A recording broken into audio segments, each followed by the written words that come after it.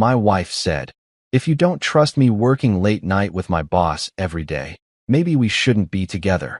I replied, "You're absolutely right." Then I accepted the job transfer to New York I'd been declining for her. When she texted, "What are you doing this weekend?" I sent a selfie from John F. Kennedy International Airport. For years, that's how long I'd been married to Julia, and let me tell you, I thought we had our shit together. Sure, we weren't some fairy tale couple posting Instagram stories every 5 minutes about our perfect love, but we were solid. Or at least that's what I kept telling myself, while watching my wife transform into someone I barely recognized. It all started innocently enough, or so I thought, because apparently I'm about as sharp as a bowling ball when it comes to reading the obvious signs. Julia landed this new position at her marketing firm, working directly under Adrian, this hotshot executive who looked like he stepped out of a Men's Health magazine cover. The guy had that whole, "I definitely use product in my hair and own more than 3 suits" vibe going on. But hey, good for her, right? Career advancement and all that American dream bullshit. The first few late nights seemed legit. Big presentation coming up, client demands. The usual corporate circus that keeps the lights on and the mortgage paid. Julia would come home around 9, maybe 10, looking tired but talking animatedly about strategy sessions and brainstorming marathons with Adrian. I'd heat up her dinner, pour her a glass of wine, and listen to her decompress. Supportive husband material right there. I should have gotten a damn medal. But then 9 became 10. 10 became 11. 11 became, "Don't wait up, honey, we're really in the zone here." And suddenly, every single project at her company apparently required round-the-clock attention from my wife and her dreamy boss. What were they doing over there? Solving world hunger? Curing cancer? Nope, just selling overpriced skincare products to suburban moms. But apparently that required more dedication than NASA's moon landing. The changes were subtle at first, which is probably why it took my dense ass so long to connect the dots. Julia started paying attention to her appearance in ways she hadn't since we were dating. New dresses that never saw the inside of our apartment, let alone a dinner date with me. Perfume that smelled expensive and definitely wasn't the stuff I bought her last Christmas. Hair appointments every 2 weeks like clockwork. She looked amazing, don't get me wrong, but it stung like hell knowing none of that effort was for the guy sharing her bed. The worst part? Those late-night Uber rides home. I'd hear her phone buzz with notifications, see Adrian's name pop up with messages like, "Car's here," or "Thanks for staying late again." Real professional stuff, clearly. Nothing suspicious about your married employee's boss personally arranging her transportation at midnight, right? I mean, what kind of paranoid psycho would read anything into that? My friends started giving me those looks. You know the ones, part pity, part dude, seriously? Clara, Julia's co-worker and supposedly one of her closest friends, would get this uncomfortable expression whenever I'd casually ask if the whole team was pulling these marathon hours. "Oh, well, you know how it is with big projects," she'd stammer, avoiding eye contact like I'd asked her to solve calculus. Real convincing, "Clara, your poker face needs work." Even my brother Daniel, who usually minded his own business and stuck to safe topics like sports and complaining about his ex-wife's alimony payments, felt compelled to stage an intervention. We were grabbing beers after work one Thursday, and he just laid it out there with all the subtlety of a freight train. "Marcus, you're blind if you don't see what's happening." "What's that supposed to mean?" I asked, though my stomach was already dropping like a stone. "Come on, man. Julie is working late every night with Prince Charming, coming home looking like she stepped off a runway, and you're sitting here acting like this is normal? Wake up." But I didn't want to wake up. I wanted to be the cool, trusting husband who didn't turn into some paranoid stalker, checking phone records and demanding receipts. I wanted to believe that my wife of 4 years wouldn't throw away everything we'd built for some office romance novel fantasy. I wanted to trust that the woman who promised to love and honor me meant those words. So I played the part. Smiled when she kissed me goodbye before another emergency strategy session. Nodded understandingly when she explained how Adrian really valued her input on the Johnson account. Pretended not to notice when she started keeping her phone face down during dinner, or how she'd suddenly developed an urgent need to shower the moment she walked through the door. The excuses kept piling up like dirty laundry. Client emergencies that only she could handle. presentations that required her specific expertise until well past normal human bedtime, team building exercises that apparently happened at 11 p.m. on weeknights. It was like watching someone construct an elaborate house of cards, each lie balanced precariously on the last, waiting for the inevitable collapse. Meanwhile, I'm the chump heating up leftovers alone, watching Netflix by myself, going to bed in an empty house, because my wife is apparently the only person in the tri-state area capable of handling whatever crisis Adrian's company was perpetually facing. The loneliness was eating me alive, but I kept telling myself this was temporary, just a busy season.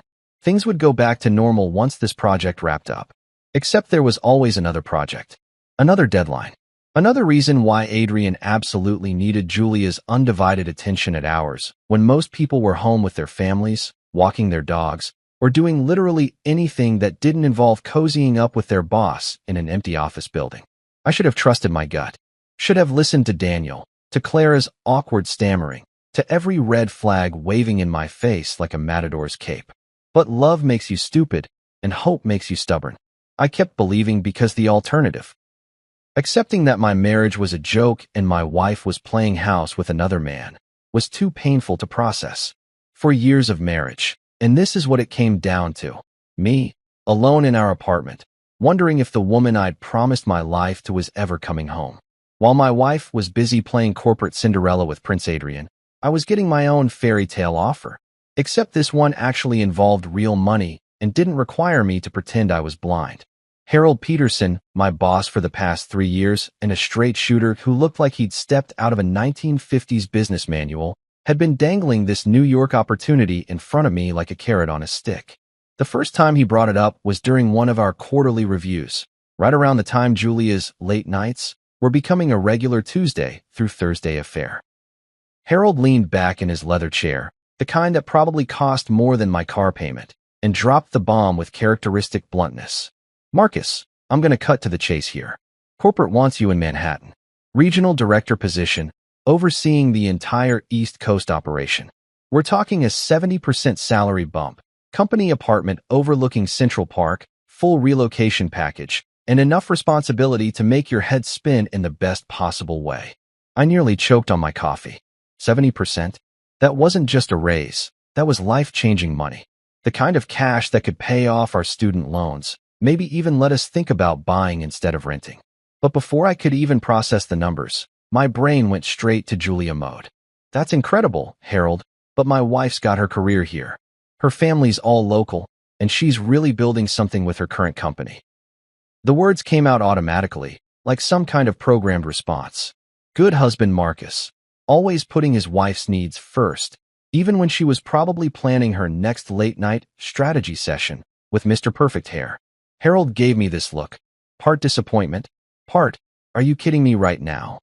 He'd been in corporate long enough to recognize when someone was making excuses, and he wasn't buying my supportive spouse routine. Marcus, let me be clear about something. Opportunities like this don't grow on trees. Hell, they don't even grow in greenhouses with perfect conditions and daily fertilizing. This is the kind of position people spend decades working toward, and they're offering it to you at 32. You sure you want to pass this up for someone else's comfort zone? But I did pass it up. Like an absolute champion of self-sabotage, I smiled, shook his hand, and told him I was flattered but couldn't make that kind of move right now.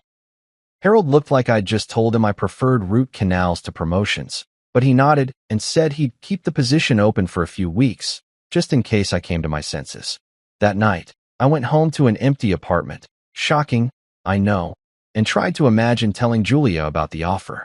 In my fantasy version, she'd be excited, maybe even proud that her husband was being headhunted for such a prestigious role. We'd spend the evening talking about our future, about the adventures we could have in the city, about how this could be the fresh start we didn't even know we needed. Reality, of course, had other plans.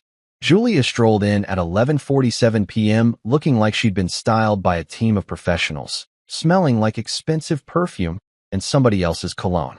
When I mentioned the New York opportunity, carefully, like I was defusing a bomb, she barely looked up from her phone. That's nice, honey, but you know I can't just abandon everything I've built here. My career is finally taking off, and Adrian says I have real potential for advancement. Plus, Mom would literally have a heart attack if we moved that far away. Adrian says. Those two words were starting to make my eye twitch. When did my wife's boss become the oracle of career wisdom? When did his opinions start mattering more than her husband's once-in-a-lifetime opportunity? A month later, Harold approached me again. This time, he wasn't taking no for an answer quite so gracefully. Marcus, I'm going to be straight with you because I like you, and I'd hate to see you make a mistake you'll regret for the rest of your life. The company is restructuring. This New York position? It's not just a promotion anymore, it's a lifeboat. The regional offices are consolidating, which means your current role might not exist in 6 months. You can either take the golden parachute to Manhattan, or you can update your resume and hope someone else appreciates your talents as much as we do. The subtext was crystal clear. Take the job or start job hunting in a market that was about as friendly as a pack of hungry wolves. But even with that gun to my head, my first instinct was still to consider Julia's feelings. How could I uproot her life? How could I ask her to leave her blossoming career with Adrian? I mean, her marketing firm, just because my job was disappearing. I asked for another week to think it over. Harold agreed, but I could see the frustration in his eyes. He was offering me a chance to run with the big dogs, and I was acting like he'd asked me to relocate to Mars. That week was hell. Every night, Julia came home later and more distracted. Every morning, she left earlier and more dressed up. I felt like I was living with a beautiful stranger who occasionally shared my bed and split the utility bills. Meanwhile, Harold's offer sat on my mental desk like a blinking neon sign. Escape route available. Terms and conditions apply. I started doing the math. The salary bump would mean financial security I'd never experienced. The apartment in Manhattan was worth more in monthly rent than I currently made in 3 months. The career trajectory was the kind of thing that opens doors for decades. But every time I got excited about the possibilities, I'd picture Julia's face when I told her we were leaving. I'd imagine the fight, the tears, the accusations that I was being selfish and impulsive. So I turned it down a second time. Harold didn't even try to hide his disappointment. Marcus, I've been doing this for 25 years, and I've never seen someone work so hard to sabotage their own success. Whatever's holding you back here, I hope it's worth sacrificing your future for. Because that's exactly what you're doing. His words stuck with me like a bad song you can't get out of your head. Every time Julia texted that she'd be late again, every time she came home smelling like someone else's life, I heard Harold's voice asking if it was worth it. Every time I ate dinner alone or went to bed in an empty house, I wondered if I was the biggest fool in the tri-state area. The third time Harold approached me, I could see he was done playing games. This was his final offer, and we both knew it. The question was whether I'd finally choose myself or keep waiting for approval that was never going to come. Friday evening, the end of another week of watching my marriage dissolve in real time while I sat on the sidelines like some kind of emotional bench warmer. Julia was in our bedroom, preparing for what had become her weekly ritual, getting dolled up for another urgent project with Adrian. The sound of her hairdryer mixed with the notification pings from her phone created this perfect soundtrack of betrayal that I'd become way too familiar with. I was sitting on the couch, staring at my laptop screen where Harold's latest email sat open like a digital ultimatum. Final offer expires Monday morning. Need your decision by then. 3 months of turning down the opportunity of a lifetime because I was trying to be the supportive husband to a woman who couldn't even be bothered to lie convincingly anymore. The hairdryer shut off, and I could hear Julia moving around the bedroom with that focused energy she used to reserve for special occasions with me. Date nights, anniversaries, my birthday. Back when those things mattered to her more than whatever the hell she was doing with Prince Adrian every night after normal humans went home to their families. She emerged from the bedroom looking like she'd stepped off a magazine cover. Black dress that hugged her curves in all the right places. A dress I'd never seen before, naturally. Hairstyled in those loose waves that took her an hour to perfect. Makeup that could have been done by a professional. And that perfume, the expensive stuff that definitely wasn't in our bathroom cabinet. You look nice, I said, testing the waters. Hot date with Adrian again. She didn't even flinch. Just checked her reflection in the hallway mirror and adjusted her earrings like I'd asked about the weather. It's not a date, Marcus. It's work. Some of us take our careers seriously. That little dig hit exactly where she intended it to. Some of us take our careers seriously. like I was some slacker who'd been coasting through life while she climbed the corporate ladder one late-night meeting at a time. Actually, speaking of careers, I said, closing my laptop and standing up, I was thinking maybe we could grab dinner tonight. There's that new Italian place on 5th Street you mentioned wanting to try. We could talk about some changes coming up at my job. Julia's phone buzzed. Adrian's name lit up the screen with a text that probably said something earth-shattering like "Cars outside" or "Ready when you are." She glanced at it, then at me, and I watched her face cycle through emotions like she was running diagnostics. "Marcus, Adrian needs me tonight. This Johnson account presentation is Monday, and if we don't nail this, it could cost the company the contract.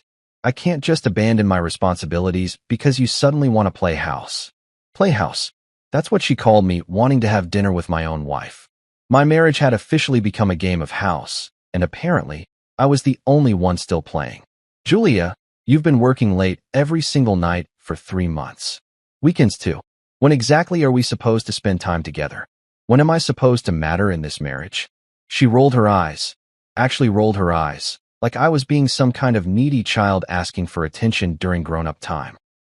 "Marcus, this is what success looks like. If you don't trust me to work late with my boss, if you can't handle me having a demanding career, then maybe we shouldn't be together." There it was. The nuclear option, delivered with all the casualness of someone ordering coffee. Maybe we shouldn't be together. She said it like it was my fault, like my inability to trust her midnight office marathons with Mr. Perfect Hair was the problem in our relationship. I felt something shift inside me, like a switch being flipped or a door being slammed shut. For months, I'd been twisting myself into knots trying to be understanding, trying to support her career growth, trying to ignore every red flag waving in my face like a matador's cape. I'd been so busy being the perfect, trusting husband that I'd forgotten I had other options. "You know what, Julia?" I said, my voice surprisingly calm. "You're absolutely right." She blinked, clearly expecting me to backpedal into apologies and reassurances. The smile that started spreading across her face was pure satisfaction. She thought she'd won. Thought she'd successfully guilt-tripped me back into my role as the compliant husband who didn't ask uncomfortable questions. "We shouldn't be together," I continued, watching that smile freeze like a glitch in a video game. Her phone buzzed again. Adrian, no doubt, wondering where his favorite employee was. But for once, Julia wasn't reaching for it immediately. She was staring at me like I'd just started speaking Mandarin. "What did you just say?" I said, "You're right. If I can't trust my wife working until midnight every night with her boss, if I'm such a burden to your career success, then we definitely shouldn't be together." I pulled out my phone, found Harold's email, and hit reply. My fingers moved across the keyboard with more certainty than I'd felt in months. "Harold, I'll take the New York position. Can start in 2 weeks. Thanks for your patience." The send notification sounded like a gunshot in the silence of our apartment. Julia's face went through several expressions at once: confusion, disbelief, anger, and something that might have been panic. "Marcus, what are you doing?" "I'm taking a job in New York. Regional director, 70% salary increase, company apartment in Manhattan. Remember? The opportunity one turned down twice because I thought my wife's happiness was more important than my career." Her phone buzzed a third time. This time, she didn't even glance at it. "You can't be serious. You're going to throw away 4 years of marriage because you're having some kind of jealous breakdown?" "I'm not throwing anything away, Julia. You already did that. I'm just finally accepting reality instead of pretending that my marriage isn't a joke and my wife isn't screwing her boss. I am not. Save it. We both know what's happening here. The only difference is that I'm finally done pretending I don't know." Her phone rang. Adrian's ringtone. She'd given him his own special sound, because of course she had. She stared at it like it might explode, then looked back at me with something approaching desperation. "Marcus, you're being ridiculous. You can't just." "I can and I am. Have fun at your meeting tonight. Try not to work too hard."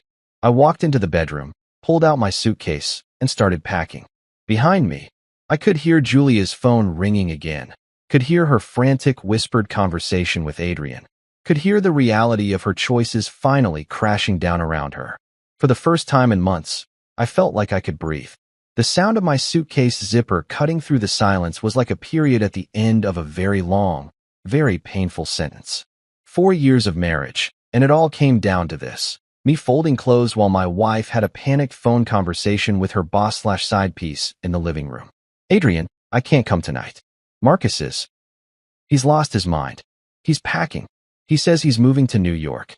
Her voice carried that edge of hysteria that people get when their carefully constructed house of lies starts collapsing in real time. I kept folding. Shirts, pants, the good suit I'd bought for our anniversary dinner last year. The one where Julia spent half the evening checking her phone for urgent work messages. Everything fit surprisingly well into 2 suitcases, which probably said something depressing about how little I'd accumulated during our marriage, or maybe how ready I was to leave it all behind. Julia's conversation with Adrian continued in hushed, frantic tones. I caught bits and pieces. No, you can't come over here. He knows, Adrian. I think he knows. This is a disaster. Yeah, it was a disaster, all right. Just not for the reasons she thought. I moved to the bathroom, grabbing my toothbrush, shampoo, the electric razor she bought me for Christmas because apparently my face wasn't meeting her standards anymore. Funny how all these little details suddenly made sense when viewed through the lens of my wife is cheating on me with her boss. By the time I emerged from the bathroom, Julia had hung up and was standing in the bedroom doorway looking like someone had just told her Santa Claus was a lie and the Easter Bunny had gambling debts. Marcus, stop. Just stop for a minute and think about what you're doing. I am thinking. For the first time in months, actually. Turns out my brain works a lot better when I'm not trying to convince myself that my marriage isn't a complete sham. She stepped into the room, her perfect hair slightly mussed from running her hands through it, her makeup starting to smudge around the edges. The transformation from magazine cover gorgeous to desperate housewife was almost impressive in its speed. You can't just throw away 4 years like this. Over what? Some paranoid delusion that I'm cheating on you. Paranoid delusion? I laughed, and it came out harsher than I intended. Julia, you've been working until midnight every single night for 3 months. You dress like you're going to Fashion Week just to sit in conference rooms. You smell like men's cologne when you come home, and your boss personally arranges your late-night transportation. If this is a delusion, it's the most logical one in history. Adrian is my mentor. He's helping me advance my career. God, Marcus, why can't you just trust me? Trust. She wanted me to trust her while she was doing everything short of sending me a PowerPoint presentation titled, How I'm Cheating on My Husband for Dummies. Because trust goes both ways, Julia, and you haven't given me a single reason to trust you in months. Hell, you haven't even tried to be subtle about it. I zipped up the second suitcase and set it next to the first one. 2 bags. 4 years of marriage reduced to 2 pieces of luggage and a growing sense of relief that scared me with its intensity. Where are you even going to stay tonight? Hotel. Harold's arranging temporary housing until the company apartment is ready. Harold knew about this? Harold's been trying to save my career while you've been destroying my marriage. Yeah, he knew. Julia's phone buzzed again. Adrian, no doubt, wondering if the coast was clear for their regularly scheduled programming. She glanced at it, then back at me, and I watched the exact moment she realized she had to choose between dealing with her imploding marriage and keeping her boss happy. She chose her boss. Of course she did. I have to. Adrian's waiting, and this presentation really is important. Sure it is.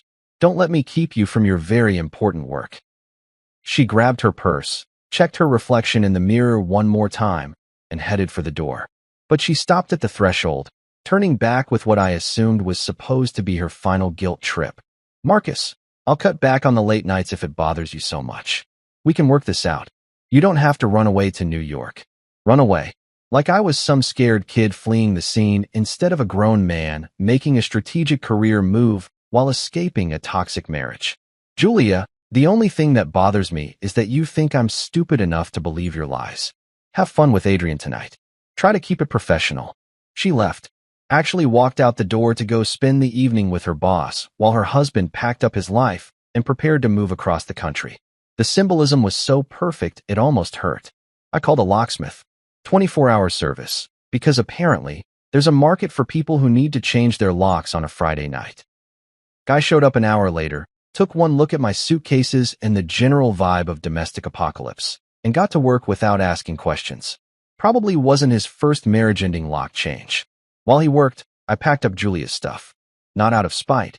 Well, not entirely out of spite, but because the lease was in my name, and I wasn't interested in being her storage facility while she figured out her next move. Her clothes, her books, her collection of overpriced skincare products that apparently weren't working their magic on her conscience. Everything fit into boxes surprisingly easily. For years of shared life, and her stuff barely filled 6 cardboard containers. Made me wonder if she'd been mentally checked out of this marriage longer than I realized. My phone started buzzing around 11 p.m. Text after text from Julia, each one more desperate than the last. Marcus, this is insane. You can't just change the locks. I'm your wife. You can't kick me out of my own home. You're having a breakdown. You need help. I'll quit my job if that's what you want. Adrian means nothing to me. It's just work. Please don't throw away our marriage over a misunderstanding. You're scaring me. This isn't like you. That last one made me laugh. This isn't like you. She was right. The old Marcus would have been a doormat, would have apologized for being suspicious, would have convinced himself that midnight strategy sessions with dreamy bosses were totally normal in the modern workplace. But the old Marcus was an idiot who nearly flushed his career down the toilet for a woman who couldn't even be bothered to lie convincingly about her affair. The new Marcus was done being an idiot. Saturday morning hit me like a freight train made of regret and Red Bull. I'd spent the night at a Holiday Inn that smelled like industrial carpet cleaner and broken dreams, surrounded by my hastily packed belongings and a growing pile of increasingly unhinged text messages from Julia. By 3 a.m., she'd progressed from denial to bargaining to what I could only describe as creative fiction about her relationship with Adrian. I was sitting in the hotel's lobby, nursing what had to be the world's most depressing continental breakfast coffee, when my phone rang. Noah's name popped up on the screen, and I almost didn't answer. Noah was one of those friends who somehow always knew when your life was imploding. Usually because he had connections everywhere and a talent for being in the right place at the right time to witness maximum drama. Marcus, dude, please tell me you're sitting down for this. I'm eating stale bagels in a hotel lobby at 8 in the morning. Trust me, I'm prepared for bad news. Okay, so you know my cousin Jake works at Julia's firm, right? He's in accounting, keeps to himself, but he goes to the same gym as some of the marketing guys. I felt my stomach drop somewhere around my shoes. Noah, if you're about to tell me something I don't want to hear, you need to hear this, man. Jake was at the gym yesterday, doing his usual treadmill thing, when he overhears Adrian bragging to some other douchebag about his late-night partner. And get this, he's not even trying to be subtle about it. He's talking about hotel receipts, talking about how gullible some husbands are, talking about. Stop. I set down my coffee cup before I threw it across the lobby. Just stop for a second. But Noah was on a roll, and apparently, he'd been saving this information like ammunition for exactly this moment. Marcus, there's more. Jake started paying attention after that, and these guys have been talking about you. About you specifically. Adrian's been calling you the clueless husband in group chats. There are screenshots, man. Screenshots of him mocking you for being too trusting. The hotel lobby started spinning slightly. All those nights I'd convinced myself I was being paranoid, that I was the problem, that I needed to trust my wife more. Turns out I was the punchline of some corporate asshole's joke. The faithful husband who heated up dinner while his wife was getting her back blown out by her boss. Send them to me. Marcus, send me the screenshots, Noah. 10 minutes later, my phone lit up with a series of images that felt like getting punched in the soul. Group chat messages between Adrian and what looked like half the marketing department, complete with laughing crying emojis and commentary that made my skin crawl. Another late night with the married one faced with tears of joy. Does her husband actually believe the overtime story? Guy's either the most trusting man alive or the dumbest. Either way, works for me, man shrugging. Hotel receipts are tax deductible if it's for client meetings, right? Winking face. Poor bastard probably thinks she's employee of the month material. There were dozens of messages spanning weeks. Detailed jokes about my marriage, speculation about how long it would take me to figure it out, even a betting pool on whether I'd ever grow a spine and leave her. Adrian had turned my personal life into office entertainment, and apparently, everyone was having a blast watching the show. The worst part? Julia wasn't just a passive participant in this humiliation. There were screenshots of her messages too, complaining about having to keep up appearances at home, joking about how I was getting suspicious, but was too nice to actually do anything about it. Marcus is asking questions about why I'm working so late. Might need to dial it back for a week or two.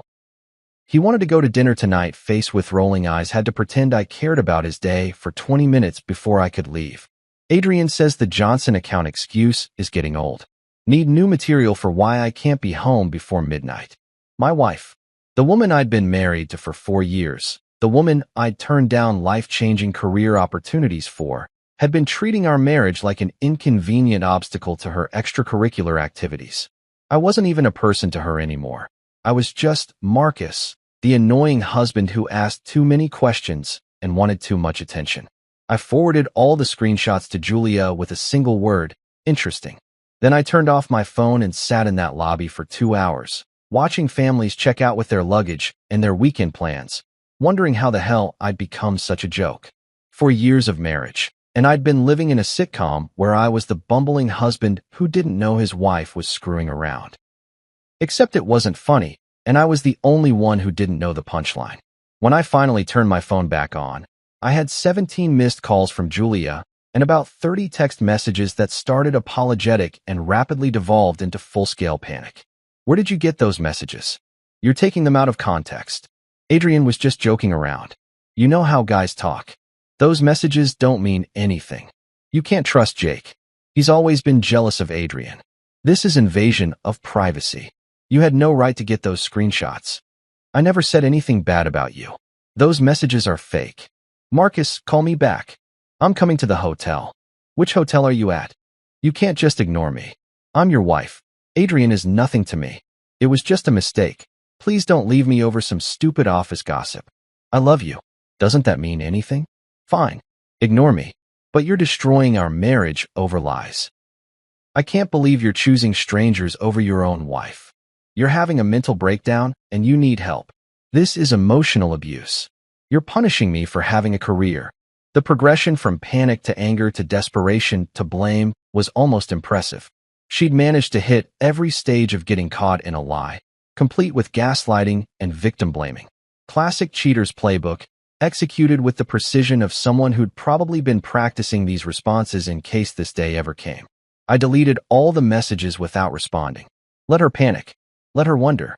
Let her experience even a fraction of the uncertainty and confusion she'd been putting me through for months.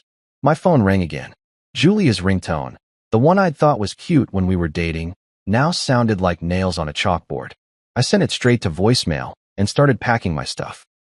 I had a flight to New York tomorrow, and I wasn't about to miss it for any more of Julia's creative explanations about why betraying your spouse was actually a sign of career ambition. Some bridges deserve to be burned.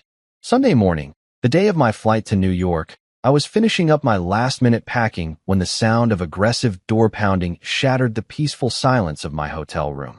Not knocking, pounding. The kind of rhythmic hammering that suggested someone was either having a medical emergency or was about to star in their own episode of When Wives Attack. I already knew who it was before I opened the door. What I didn't expect was the full delegation. Julia stood front and center looking like she hadn't slept in 3 days, flanked by her mother Linda, a woman who'd never met a boundary she couldn't cross, and her sister Brooke, who had apparently been recruited as backup moral support for this little intervention. Marcus Anthony Coleman, Linda announced, using my full name like I was 10 years old and had been caught stealing cookies. We need to talk. Right now.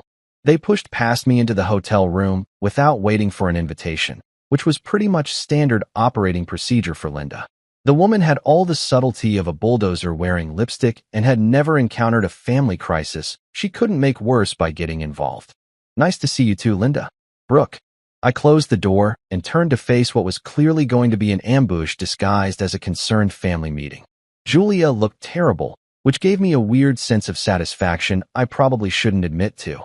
Her hair was unwashed, her makeup was smudged, and she was wearing the same clothes from Friday night, which meant she'd probably been camped out at her mother's place having a 36-hour meltdown about how her perfect little side piece situation had exploded in her face.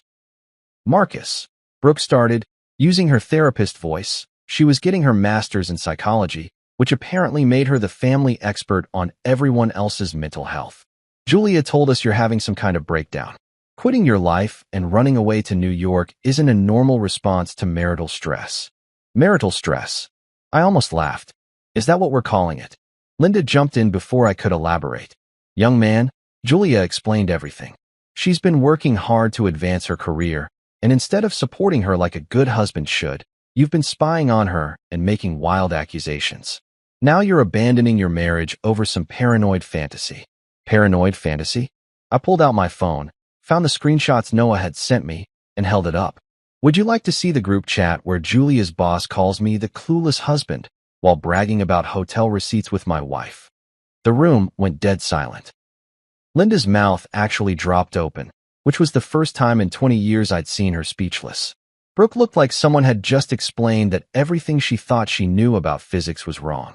Julia, meanwhile, went through about 15 different facial expressions in the span of 3 seconds before settling on righteous indignation. Those messages are taken out of context. Adrian was just what, Julia?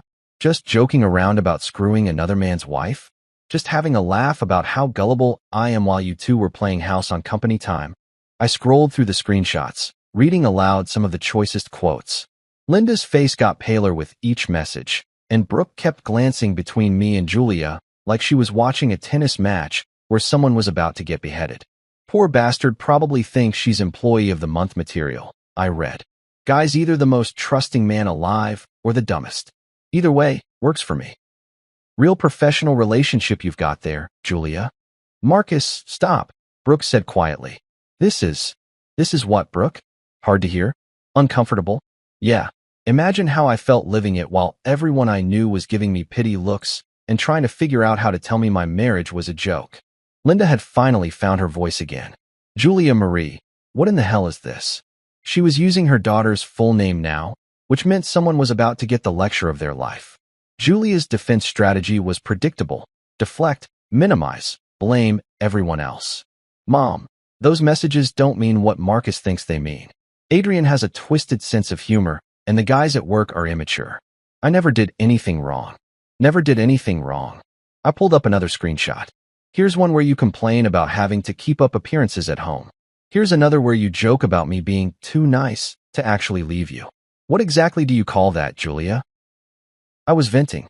Everyone vents about their marriage sometimes. To their boss? The same boss you've been spending every evening with for 3 months?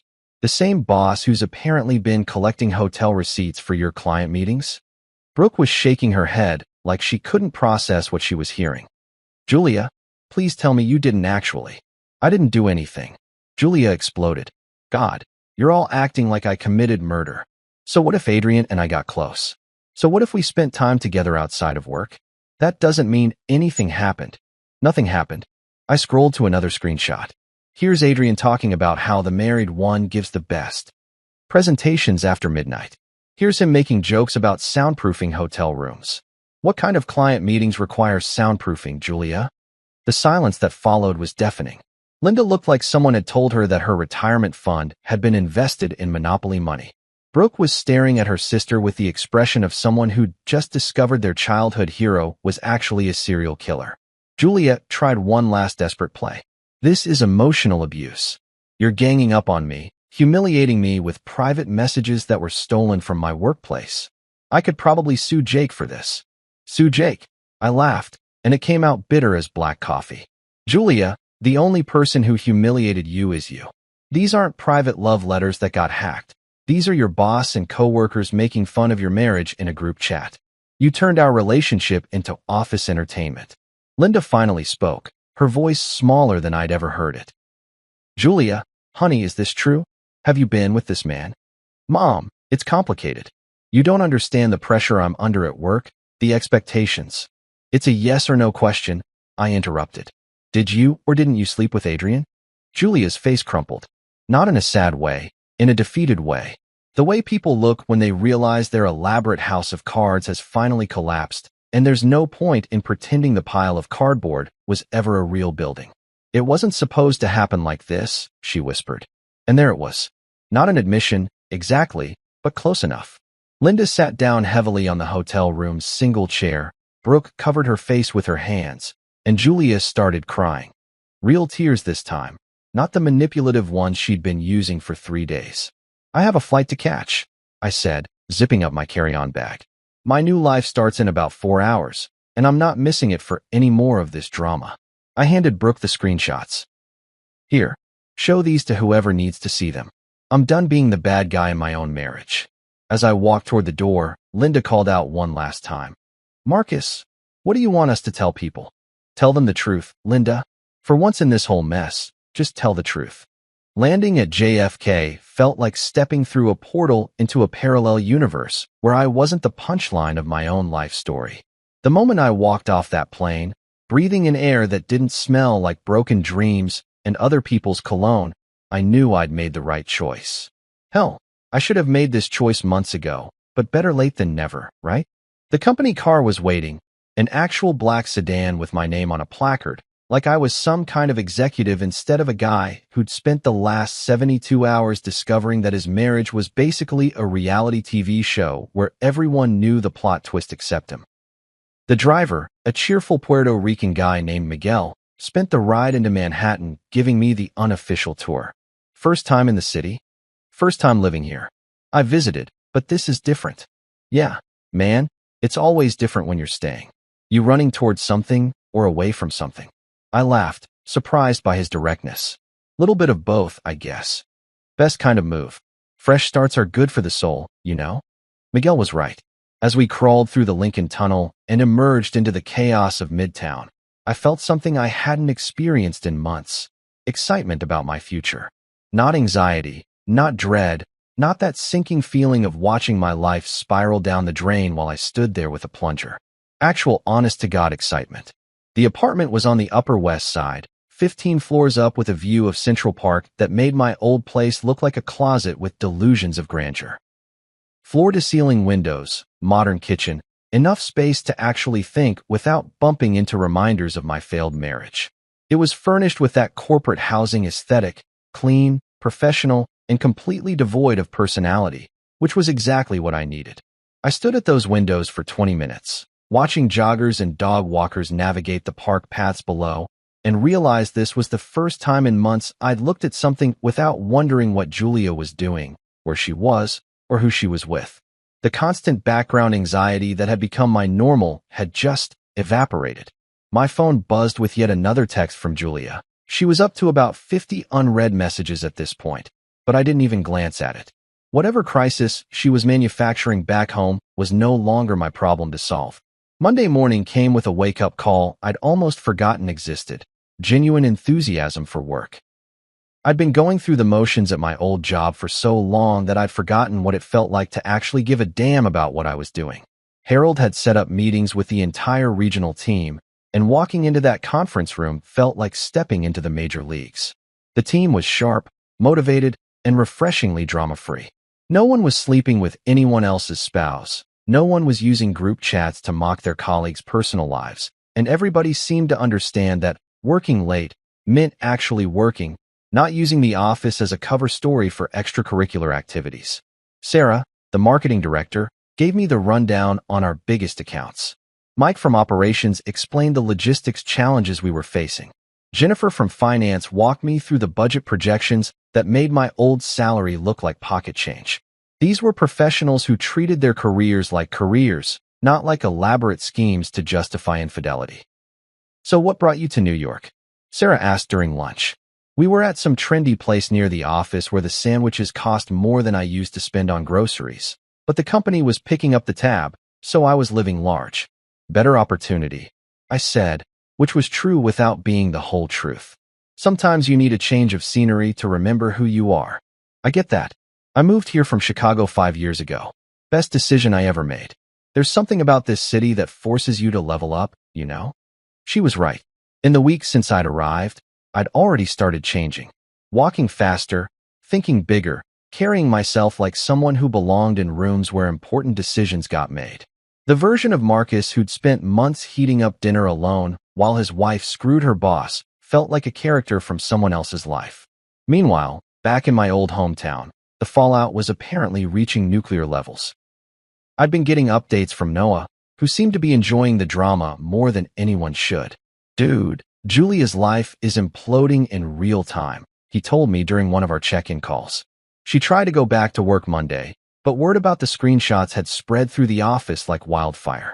Apparently, Adrian's wife found out too. Someone sent her copies of everything. His wife. Oh yeah, forgot to mention that. Adrian's married with 2 kids. His wife is some kind of lawyer, and from what I hear, she's not taking this development well. There are rumors about divorce papers and asset freezing and all kinds of legal nastiness. The irony was beautiful. Adrian, the smooth-talking boss who'd been using my marriage as entertainment, was about to discover what happens when your own spouse finds out you're a cheating piece of garbage. Julia, who'd thought she was trading up from her boring husband to some kind of corporate prince, had actually hitched her wagon to a married father who was about to lose everything in what sounded like a very expensive divorce. What about Julia? She's been staying with her mom, but Linda's apparently not thriving with the arrangement. Brooke told my cousin that there have been some epic screaming matches about responsibility and consequences and how Julia brought shame on the family. Very old-school Catholic guilt trip stuff. I should have felt bad for her. For years of marriage should have bought her some sympathy from me, even after everything. But all I felt was a distant sort of relief, like watching a car accident in your rearview mirror and realizing you'd gotten out of the way just in time. The city was working its magic on me. I was sleeping better, eating better, exercising regularly for the first time in years. I joined a gym near the office, started exploring different neighborhoods on weekends, even began thinking about what kind of person I wanted to be now that I wasn't defined by someone else's betrayal. 3 weeks in, Harold flew up from the home office to check on my progress. "You look different," he said as we sat in his hotel bar, sharing what he called a celebration drink for my successful transition. "Different how?" "Lighter. Like you're not carrying around someone else's problems anymore." "That's probably because I'm not." "Good. I was worried about you for a while there." Watching someone with your potential sabotage himself over a relationship that wasn't working was painful. It wasn't that it wasn't working, I corrected him. It was that only one of us was actually in the relationship. Hard to make something work when you're the only one trying. Harold raised his glass. "To new beginnings and better choices." "I'll drink to that." For the first time in months, I meant it. 2 months into my New York renaissance, I was having the kind of Tuesday that made me question why I'd ever lived anywhere else. Closed a major deal with a client in Tribeca, grabbed lunch at a place where celebrities casually ate salads next to normal humans, and was walking back to the office feeling like I'd finally figured out this whole successful adult thing when I spotted her. Julia, standing outside my office building like some kind of ghost from my past. Except ghosts usually have the decency to stay dead instead of showing up uninvited in your new life. She looked rough. That was the kindest way to put it. The polished, magazine cover version of Julia who used to spend 2 hours getting ready for her work meetings had been replaced by someone who looked like she'd been sleeping in her car and using gas station bathrooms for primping. Her hair was unwashed, her clothes were wrinkled, and she had that desperate energy that people get when their carefully constructed world collapses and they're scrambling to find someone to blame. "Marcus, we need to talk." "No, hello." "No, how are you?" No acknowledgement that showing up at someone's workplace unannounced after they've moved across the country to get away from you might be considered slightly psychotic behavior. Just straight to the demands, because apparently 4 years of marriage hadn't taught her anything about basic human courtesy. "Julia, what the hell are you doing here?" "I flew up this morning. We need to talk about us, about our marriage, about what we're throwing away." "Us? Our marriage? What we're throwing away?" The audacity was almost impressive. She was talking like this was some mutual decision we'd made together, instead of the natural consequence of her spending 3 months screwing her boss while turning my personal life into office entertainment. "There is no us, Julia. There is no our marriage. You made sure of that when you decided Adrian was more interesting than your husband." She looked around nervously, probably realizing that having this conversation on a busy Manhattan sidewalk wasn't her smartest move. "Can we go somewhere private? There are things I need to explain, things you don't understand about what really happened." Against every instinct screaming at me to walk away, I agreed to coffee. Not because I wanted to hear her explanations. I'd seen enough screenshots to know exactly what had happened, but because some masochistic part of me was curious to see how she planned to spin this disaster into something that wasn't entirely her fault. We went to a Starbucks 2 blocks away, The kind of anonymous corporate space where you could have life-altering conversations surrounded by people who didn't give a shit about your drama. Julia ordered some complicated drink with extra shots and alternative milk because apparently, even in the middle of her personal apocalypse, she couldn't just get a regular coffee like a normal human being. Marcus, I made a mistake. A huge mistake. But it wasn't what you think it was. Really? Because what I think is that you spent 3 months having an affair with your married boss while making me look like an idiot to everyone we know. Which part of that is incorrect? She flinched like I'd slapped her, which was rich considering she'd spent weeks emotionally bludgeoning me with lies and manipulation. Adrian and I, it was complicated. He was my mentor, and he made me feel important, like my ideas mattered. You were always so busy with your own stuff, and I felt invisible in our marriage. My own stuff? You mean like the job I was considering leaving for a massive promotion that you convinced me to turn down twice? That stuff. I didn't know about New York until. You didn't know because you never asked. You were too busy planning your next late-night strategy session to give a damn about my career or my life or anything that didn't revolve around you and Adrian's twisted little office romance. She started crying then, the kind of calculated tears that she'd always used when she wanted to end an argument without actually addressing the issues. Manipulation disguised as vulnerability, emotional blackmail wrapped up in victim cosplay. I thought you'd always forgive me, she whispered. I thought you were too passive to ever actually leave. I took you for granted, and I know that was wrong. But people make mistakes, Marcus. For years of marriage has to count for something. There it was. The truth she'd been dancing around for 2 months. She'd been counting on my passivity, banking on the fact that I'd be too weak or too loyal or too stupid to call her on her bullshit. I'd been her safety net while she explored other options, the reliable backup plan she could return to when her exciting affair inevitably imploded. You're right, Julia. People do make mistakes. But what you did wasn't a mistake, it was a choice. You chose Adrian over me, every single night for 3 months. You chose to lie to me, to humiliate me, to treat our marriage like an inconvenience you had to work around. But I choose you now. I'm here, aren't I? I'm trying to fix this. You're here because Adrian dumped you when his wife found out, and his life started falling apart. You're here because your backup plan moved to New York and you're scrambling to find someone to pay your bills and stroke your ego. This isn't about choosing me. This is about damage control. She was full-on sobbing now, attracting stares from other customers who were probably wondering if they should call security or just enjoy the free entertainment. But I felt nothing. No sympathy, no urge to comfort her, no residual love trying to convince me to give her another chance. What if I'm pregnant? She blurted out, playing what she clearly thought was her trump card. I laughed. Actually laughed out loud in the middle of Starbucks while my soon-to-be ex-wife claimed to be carrying my child. The absurdity was too much to handle with any kind of dignity. Julia, we haven't had sex in 2 months. And before that, it was maybe once every few weeks when you weren't too tired from your work commitments. If you're pregnant, congratulations. It's either the second coming of Christ or Adrian's problem. Her face crumpled, and I realized she'd just admitted to lying about something that could have changed my entire life. Even in her desperation, she couldn't resist trying to manipulate me with fake emergencies and manufactured crises. I needed you to care. I needed you to fight for me. I did care, Julia.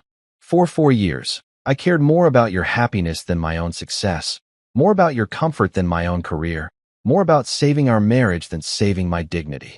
I cared right up until the moment I realized you'd never cared about me at all. I stood up, leaving her crying into her overpriced latte like the star of her own tragic drama. Enjoy New York, Julia. Try not to sleep with any married guys while you're here. Walking away from that coffee shop felt like closing the final chapter of the worst book I'd ever read. I had a life to get back to, a real life with actual opportunities and genuine relationships with people who didn't think loyalty was a character flaw. Julia could keep the drama. I was done being part of the cast. Life has a twisted sense of humor, and nowhere was that more apparent than in the cosmic comedy that unfolded over the next few months. While I was building my new life in Manhattan, better apartment, better job, better everything, Adrian's world was crashing down like a house of cards in a hurricane. And honestly, I had front row seats to the most satisfying shit show I'd ever witnessed. The first sign that karma was sharpening her claws came about 3 weeks after Julia's pathetic coffee shop ambush. I was at a networking event in Midtown, the kind of corporate mixer where people in expensive suits drink overpriced wine and pretend to care about each other's quarterly projections. I was actually enjoying myself. Shocking, I know, when I heard a familiar voice behind me. Marcus Coleman? Jesus, what are the odds? I turned around to find myself face-to-face with Tony Ricci, a guy I'd known back in college who'd somehow become a hotshot marketing executive. We'd kept in loose touch over the years, the kind of LinkedIn connection that exists purely for professional networking and the occasional happy birthday message. Tony, what brings you to the big city? Just transferred here from Chicago. Got offered a position I couldn't refuse. He grinned and took a sip of his wine. Actually, funny story, I'm working for the same company your ex-wife does. Well, did. It's a small world, right? My blood went cold. Did? Oh man, you don't know? Julia got canned about 2 weeks ago. Whole thing was a disaster.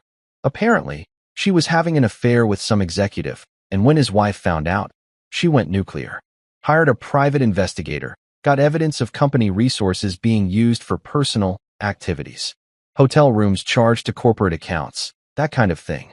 The wine in my glass suddenly tasted like victory with hints of cosmic justice. The guy, Adrian something, got transferred here to New York, but his reputation followed him like a bad smell. Word travels fast in this industry, and apparently, everyone knows he's the boss who sleeps with his employees. Not exactly the kind of guy you want leading your team, you know? I nearly choked on my drink. Adrian's here? In New York? Yeah, started about a month ago. Poor bastard thought a change of scenery would help, but turns out you can't outrun your own stupidity. His wife cleaned him out in the divorce, took the house, the kids, half his 401k, and enough alimony to fund a small country. Guy went from corner office to studio apartment real quick. The universe was apparently running a special on poetic justice, and Adrian was getting the full package deal. Over the next few weeks, I started hearing Adrian's name pop up in the most delightful contexts. New York's marketing scene was smaller then. People realized, and Adrian's reputation had preceded him like a warning label on toxic waste. At industry mixers, people would literally turn away when he approached. At business lunches, conversations would die when he walked by. The man had become a professional pariah, and he'd earned every bit of it. The best part? He was working for a mid-tier agency now, nothing like the prestigious firm he'd left behind. His new position was basically a lateral move disguised as a demotion, and from what I heard through the grapevine, his new colleagues treated him like he had a contagious disease. Nobody wanted to be associated with the guy who destroyed his marriage and career for some employee's wife. Melissa, Adrian's ex-wife, had gone full scorched earth during their divorce proceedings. She'd not only taken him to the cleaners financially, but had also made sure everyone in their social circle knew exactly why their marriage had ended. Screenshots of his group chat messages had somehow found their way to school parent groups, country club committees, and professional associations. The man couldn't grab coffee without running into someone who knew he was a cheating douchebag. But the real cherry on top of this Karma Sunday came at a charity auction in Soho about 4 months after my coffee encounter with Julia. I was there representing my company, bidding on some art for the office and generally enjoying the kind of high-end networking event that came with my new position. The crowd was the usual mix of corporate executives, tech entrepreneurs, and people who had more money than sense. I was examining a sculpture that probably cost more than my old annual salary when I felt someone approach from behind. I turned around, and there he was, Adrian Martinez, looking like someone had put him through a blender set to life lessons. Gone was the polished executive who'd once bragged about hotel receipts in group chats. This version of Adrian looked tired, desperate, and about 10 years older than his actual age. His suit was nice, but not expensive. His confidence was nowhere to be found, and he had that defeated posture that comes with being professionally and personally destroyed. "Marcus," he said, and I could hear the forced casualness in his voice. "I didn't expect to see you here. Adrian, how's New York treating you?" His smile was about as convincing as a $3 bill. "Can't complain. New city, new opportunities, you know how it is." "Oh, I know exactly how it is. Fresh starts are amazing when you actually deserve them." He flinched, and I realized he knew that I knew everything. The screenshots, the group chats, the hotel receipts, the whole sordid mess that had turned his life into a cautionary tale about workplace affairs. Look, Marcus, about what happened back home. What about it? I think there were some misunderstandings, some things that got blown out of proportion. Maybe we could grab a drink sometime, clear the air? The audacity was breathtaking. This guy had spent months mocking me in group chats, bragging about screwing my wife, and turning my marriage into office entertainment. And now he wanted to grab drinks and clear the air like we were old buddies who'd had some minor disagreement about sports teams. You know what, Adrian? I think the air is pretty clear already. Crystal clear, actually. Come on, man. We're both professionals. No reason we can't bury the hatchet and move forward. I looked at him, really looked at him, and saw exactly what he was. A middle-aged man who destroyed his own life for a few months of excitement and was now desperately trying to convince himself that his catastrophic choices were somehow everyone else's fault. You're right, I said. There's no reason we can't move forward. The difference is, I already have.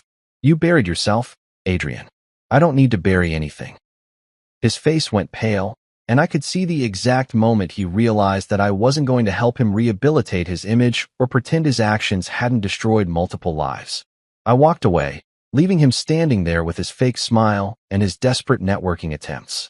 Watching Adrian's fall hadn't been the goal. It had just been a pleasant side effect of choosing myself over a toxic situation. Sometimes the best revenge is just living well while your enemies destroy themselves. 6 months into my New York chapter, I was living the kind of life that people write motivational Instagram posts about. Corner office with a view of the Hudson, bank account that didn't give me anxiety attacks, and a social calendar that didn't revolve around wondering where my spouse was spending the night. But the real victory wasn't the professional success or the financial security. It was waking up every morning without that knot of dread in my stomach that had been my constant companion during the final months of my marriage. The updates from my old life came through Noah, who'd apparently appointed himself as my personal war correspondent for the ongoing disaster that was Julia's existence. And let me tell you, the reports were more entertaining than anything Netflix had to offer. Dude, you're not going to believe this latest development, Noah said during one of our weekly check-ins. Julia's dating her personal trainer now. Of course she is. Let me guess. He's got abs you could wash laundry on and the emotional intelligence of a golden retriever. Bingo. Guy's name is Chad, because of course it is, and he's exactly the kind of meathead who thinks protein powder is a food group. But here's the kicker. He's already cheating on her. The irony was so perfect it almost hurt. Julia, who destroyed her marriage by cheating with her boss, was now getting cheated on by a guy whose idea of intellectual conversation probably involved comparing pre-workout supplements. Karma wasn't just knocking on her door, it had kicked the door down and was redecorating the entire house. She caught him with some Instagram influencer who does those fitness videos in bikinis. Apparently, Julia walked into the gym unannounced and found them in a very non-professional training session. The meltdown was legendary, screaming, throwing weights, threatening to sue the gym for emotional trauma. They banned her for life. I should have felt some sympathy for her. For years of marriage should have earned her at least a moment of pity when her new relationship imploded the same way ours had. But all I felt was a distant sense of cosmic balance being restored. The financial karma was even better. Turns out, Julia's little tax evasion scheme, keeping her parents' address to claim benefits she wasn't entitled to, had finally caught up with her. The IRS doesn't have a sense of humor about fraud, even the small-scale variety, and they'd hit her with penalties and back taxes that wiped out what little savings she'd managed to accumulate. She had to move back in with Linda and Brooke, Noah continued. 3 grown women in a 2-bedroom apartment, and from what I hear, it's about as peaceful as a cage fight between rabid badgers. Linda's been giving her the guilt trip of the century about bringing shame on the family, and Brooke's been playing amateur therapist, trying to get Julia to acknowledge her destructive patterns. The mental image of Julia, the woman who'd once complained about our apartment being too small, crammed into her childhood bedroom while her mother lectured her about responsibility and consequences, was almost too good to be true. But the real plot twist came a month later, when Brooke reached out to me directly. Marcus, I know you probably don't want to hear from any of us, but I thought you should know that Julia's been asking about you. She says she's in therapy now, working on herself, and she's sorry for everything that happened. That's great for her, Brooke. I hope she finds whatever she's looking for. She was wondering if maybe, once she gets her life together, you might consider. No. You don't even know what I was going to ask. Yes, I do. And the answer is no. To all of it. Julia burned that bridge, salted the earth, and then nuked the entire landscape. There's no going back, no second chances, no working things out. I'm done. Brooke was quiet for a moment. She really is different now. The therapy seems to be helping, and she's starting to understand how badly she hurt you. Good for her. Personal growth is important. But it doesn't undo 4 years of taking me for granted, 3 months of cheating, and weeks of lying to my face while her boss made jokes about my marriage. I'm glad she's getting help, but her healing journey doesn't include me. That conversation was liberating in a way I hadn't expected. For months, I've been waiting for the other shoe to drop, for Julia to find some new way to disrupt my peace or drag me back into her drama. But hearing myself say those words out loud, hearing how final and certain they sounded, made me realize I was truly done. Not angry done or hurt done, but actually, completely, peacefully done. My 6-month performance review came with another raise and the offer to make my New York position permanent. Harold flew up from the home office to deliver the news personally, and we celebrated at a steakhouse that probably cost more per meal than I used to spend on groceries in a week. You know, Marcus, I've been doing this for 30 years, and I've never seen someone bounce back from a personal crisis the way you have. Most people would still be wallowing in self-pity or trying to win their ex back. You just moved on. Sometimes the best thing you can do is cut your losses and bet on yourself instead of waiting for other people to figure out your worth. Well, whatever you're doing, keep doing it. The company's taking notice, and there are bigger opportunities coming down the pipeline. But the biggest opportunity hadn't come from work. It had come from the most unexpected place of all. 3 weeks earlier, I'd met Leah at a bookstore in Brooklyn. She was an editor at a small publishing house, had a laugh that made me forget my own name, and possessed the revolutionary quality of being exactly who she claimed to be.